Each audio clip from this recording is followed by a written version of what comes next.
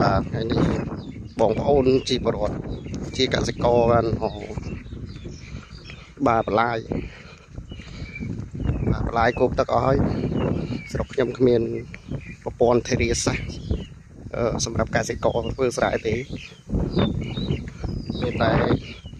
ពួកគាត់ខិតខំប្រឹងប្រែងបាទបន្លាយដើម្បីបង្ហូរទឹកឡើងទៅស្រែខាងលើ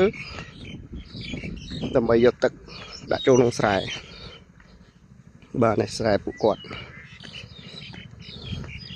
នេះពួកគាត់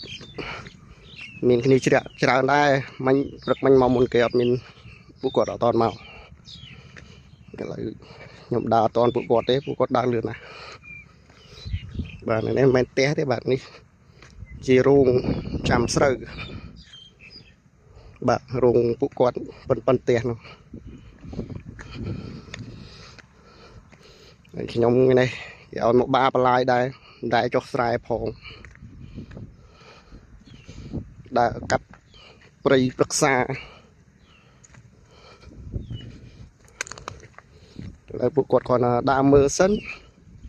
អូបន្លាយខ្លះវាមានទឹកដែរកន្លែងណាដែលយើងត្រូវកាយបង្ហូរវា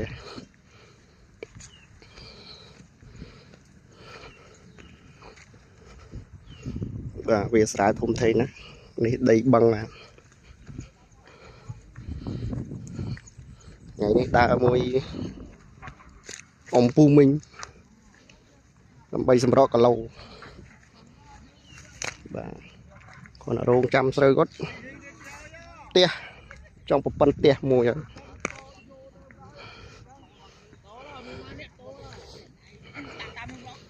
មិញបានដុតត្រីបាទត្រីធម្មជាតិហូបចុកមួយពួកគាត់